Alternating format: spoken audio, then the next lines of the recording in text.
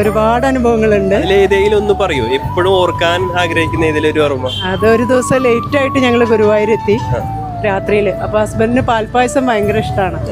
അപ്പൊ ഇങ്ങനെ പറഞ്ഞു, പാൽപ്പായസം കിട്ടുമോ ഗുരുവായൂർ അമ്പലത്തിൽ നിന്ന്? അപ്പൊ അതിന് ടൈമൊക്കെ കഴിഞ്ഞല്ലോ.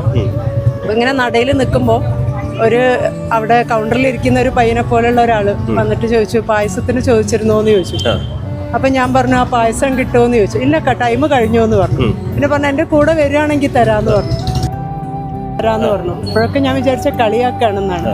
പിന്നെ പറഞ്ഞു, പുറത്തെ കൗണ്ടറിലേക്ക് വരുമെന്ന് പറഞ്ഞു. അപ്പൊ ഞാൻ ഇങ്ങനെ സംശയിച്ചുകൊണ്ട് കൂടെ നടന്നതാണ്. കൗണ്ടറിൽ ചെന്നു. അവര് എത്രയോ പായസം വേണ്ടേന്ന് ചോദിച്ചു. ഞാൻ 1/2 ലിറ്റർ എന്ന് പറഞ്ഞപ്പോ ചോദിച്ചു, ഇതിനാണോ അവിടെ വെച്ച് ബഹളം ഉണ്ടാക്കിയത്? എന്നിട്ട് ആ കൗണ്ടറിൽ നിന്ന് എനിക്ക് ഷീട്ട് തന്നു, പായസവും കിട്ടുന്നേ വിചാരിച്ചിട്ടില്ല. അപ്പൊ ആ സമയത്താണ്, അത്രയും ആ സമയത്താണ്. അപ്പൊ ഗുരുവായൂരപ്പന് രാത്രിയിൽ നേദിക്കുന്ന ഇവിടുത്തെ പശുവിന്റെ പാലുകൊണ്ട് ഉണ്ടാക്കുന്ന